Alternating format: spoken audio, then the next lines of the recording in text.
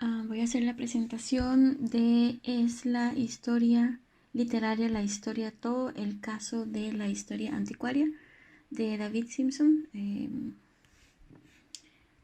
David Simpson es un profesor de la Universidad de California. Um, Hizo su licenciatura en el Colegio Magdalena en Cambridge en 1973, la maestría en la Universidad de Michigan en 1974 y el doctorado una vez más en el Magdalene College en Cambridge. Es profesor de la Universidad de California desde 1997. Ha trabajado en la Universidad de Columbia, la Universidad de Colorado, de Northwestern y Cambridge. Sus áreas de investigación y enseñanza son el romanticismo y la teoría literaria. Es miembro del Consejo Editorial de Cambridge sobre los estudios románticos y el lenguaje moderno. Es autor de varios libros y aquí pues pueden encontrar una lista de todas sus publicaciones y también de todos los premios que ha ganado. Simpson comienza su texto con la pregunta si la historia literaria es la historia de todo, si se puede definir como una ocupación específica y diferente del resto de la historia y que de ser así, eh, ¿cómo es que se hace? Y si no es así, entonces ¿cuáles son las consecuencias profesionales de disolver la ilusión de identidad disciplinaria en un método indiferenciado que se aplica a toda investigación histórica y tal vez a toda investigación general? Entonces él comienza con esta pregunta. O él no lo hace como al principio, sino lo hace más adelante, pero yo lo quise poner aquí, como una relación entre tres tipos de historia. La historia anticuaria, que es la que busca preservar todo por sí misma. La historia monumental, que es la que produce una serie simplificada de momentos ejemplares, lo que significaría como las grandes obras o los grandes libros. Y la historia crítica, que es la que funciona destruyendo y olvidando fragmentos del pasado y permitiendo que así la vida siga adelante. Él saca estas o habla de estos tres tipos a partir de sus análisis de los textos de Nietzsche. Yo voy a ir hablando sobre las distintas tesis que él presenta en el texto y después voy a ir citando como partes que a mí me parecieron interesantes. Lo primero es que la historia literaria es inclusiva y que interpreta el mundo a través de textos. Casi nada puede ser excluido de esta historización de una obra literaria. Que el nuevo método general incorpora la narración, el conocimiento local, la reflexividad y los elementos autobiográficos en diversas disciplinas. Y que esto a veces eclipsa el compromiso con el pasado.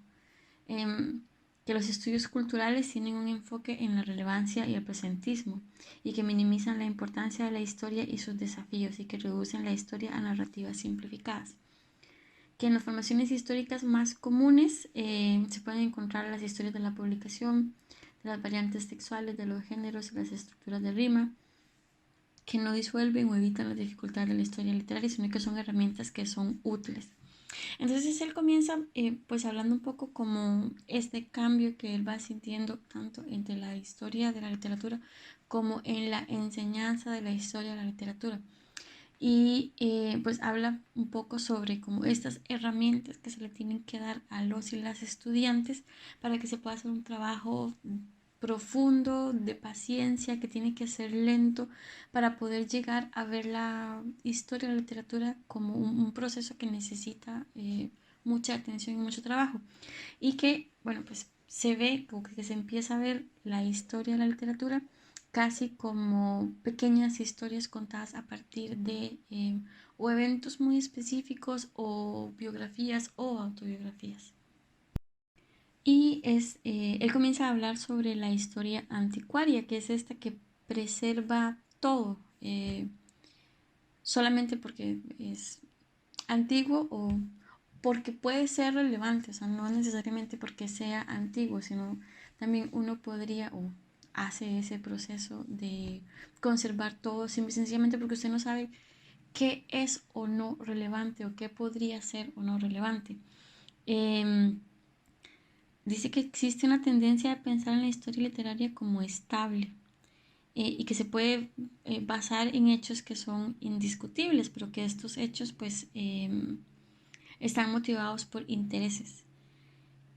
Entonces menciona como el ejemplo que se da del precio de un libro a partir de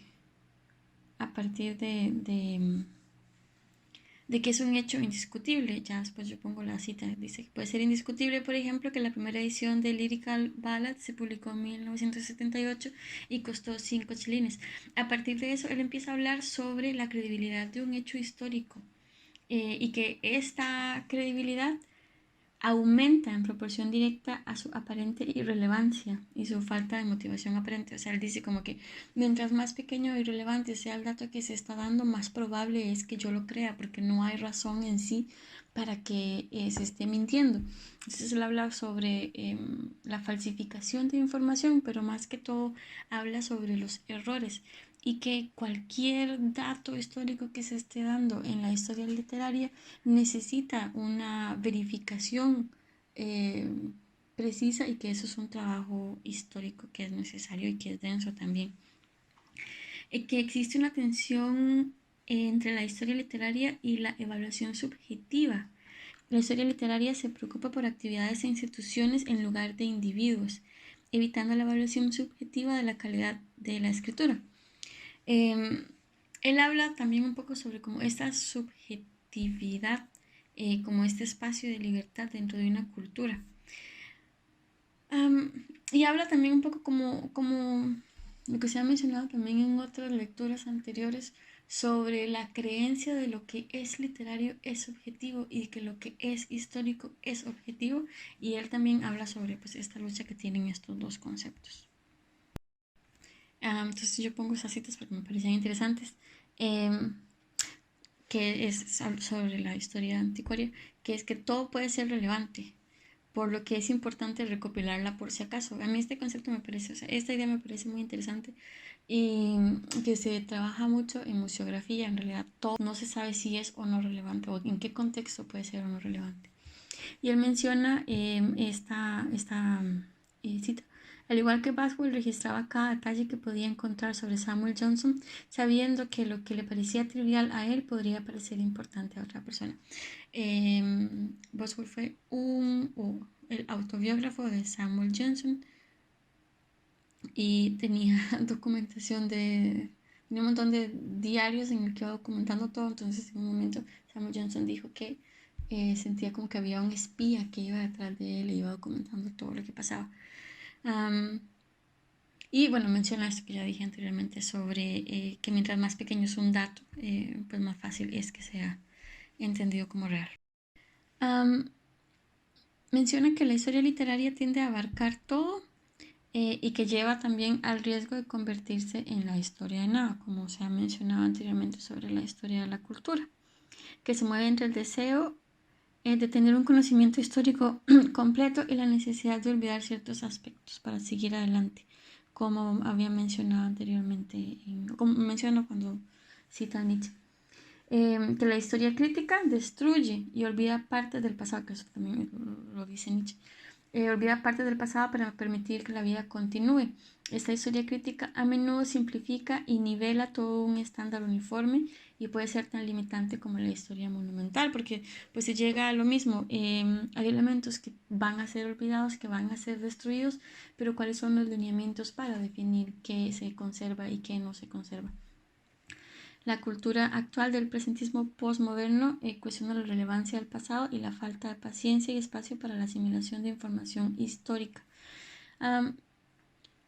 Pues esto también es muy interesante en visión al mundo digital en el que estamos, en el que pues todo se puede conservar digitalmente porque las cosas ya no ocupan un espacio físico como los museos o los archivos que pues tienen de todo.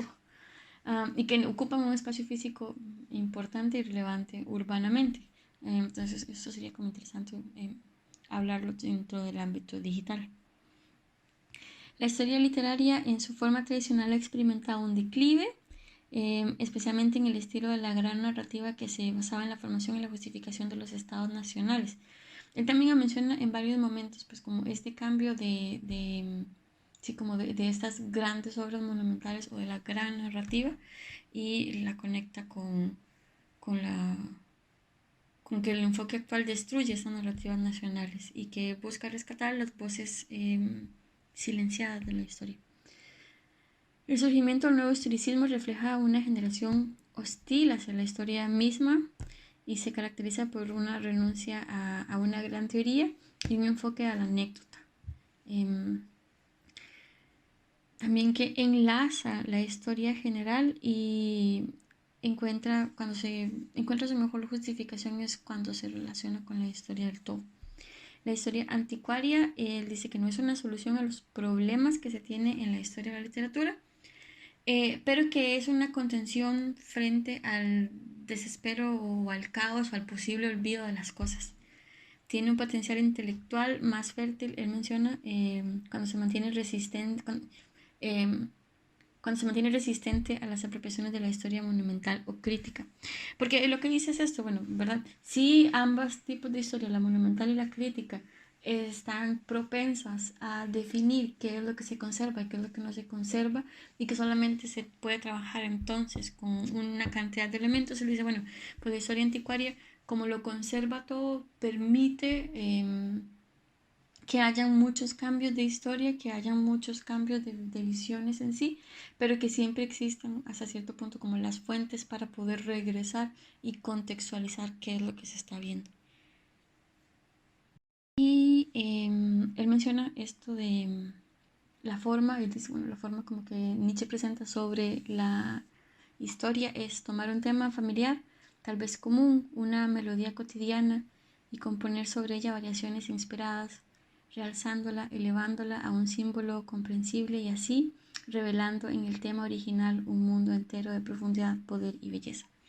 También él menciona que en este clima de expectativa donde la gran narrativa está moralmente desacreditada y quizá más importante, enormemente difícil de realizar, es donde la anécdota y la conexión contingente realizan su trabajo. La historia de baja potencia, como la biografía y la anécdota, requiere ser subsumida dentro de una forma de historia de un poder superior para tener una inteligible significativa. Aunque es la menos explicativa, es la más rica en cuanto a información, ya que considera a los individuos en su particularidad y detalla para cada uno de ellos las características, los giros, las vueltas de sus motivos, las fases de sus deliberaciones. Después él dice que queremos una historia, él habla sobre los historiadores y las historiadoras, cuál es la motivación.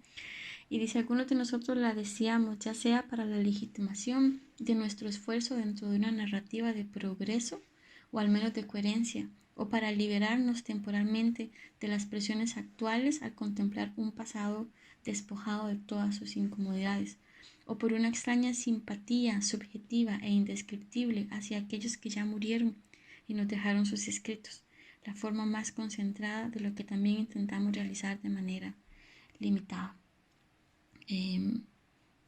Y bueno, yo como finalmente esta es otra frase que me gustó mucho también, que es en un momento de la historia en general se considera cada vez más irrelevante, la misión explícitamente conservacionista de la historia anticuaria puede ser nuestra mejor.